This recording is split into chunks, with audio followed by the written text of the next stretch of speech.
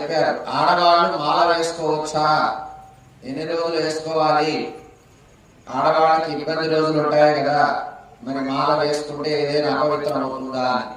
అయితే మనందరికి శబరి ఉందండి.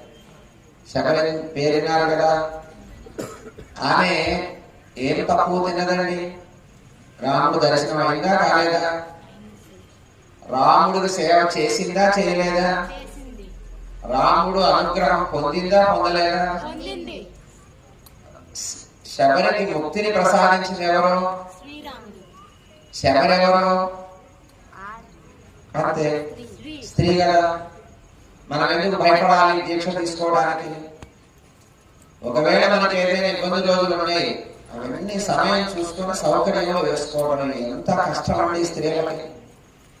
మగవాళ్ళు మాల వేసుకోవడం పెద్ద ప్రత్యేకత లేదండి. ఆడవాళ్ళు